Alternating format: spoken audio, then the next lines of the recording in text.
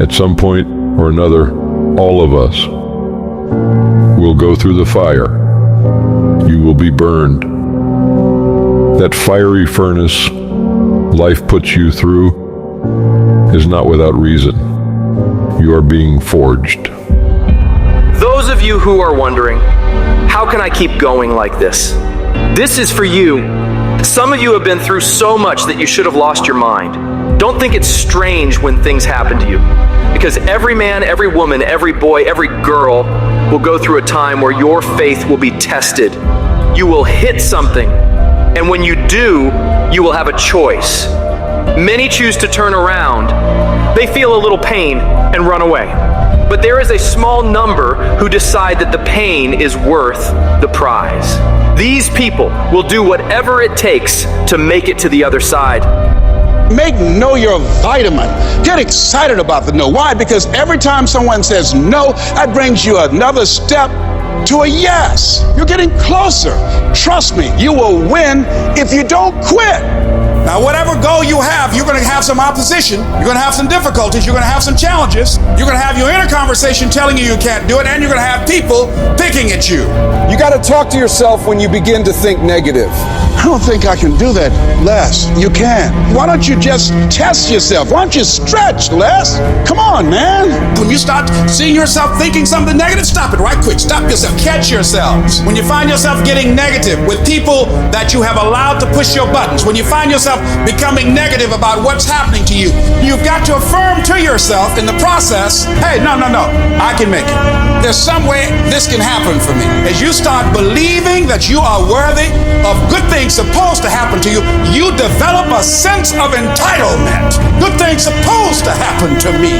Working on yourself, watching that inner dialogue, it will determine the quality of your life. Life shrinks or expands in proportion to one's courage. So you've got to believe you can get through this. You've got to have faith, knowing that there is something greater for you in this world. Because once you commit yourself and you know your why, the how will come. Once you commit yourself, you will figure it out. You just have to begin challenging yourself, stretching yourself, because you really don't know what you can't do. When you believe with everything in you that you are destined for greatness, you will find a way.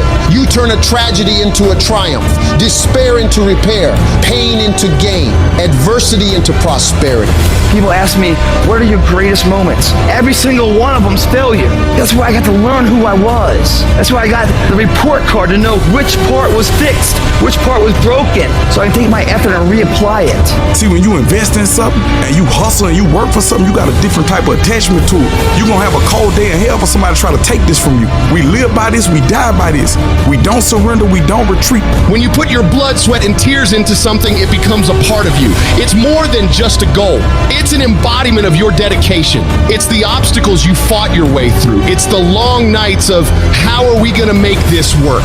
It's the lonely hours of grinding through the dark when you can't make ends meet. Somebody told you it was over. Somebody told you just go home and die. Somebody told you you'll never be a doctor. They sent you home, you failed. They sent you home, law school. They sent you home. Never give up and never give in. Because skill can't get you past certain things. Quickness and agility can't. You gotta have mental toughness. You don't give up on me. You don't quit on me. You man up. You woman up.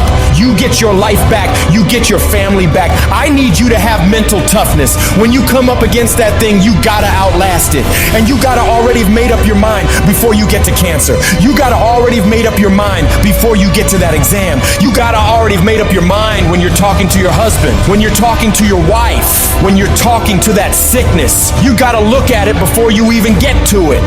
So don't you ever give up. I don't care how hard you fall on your back.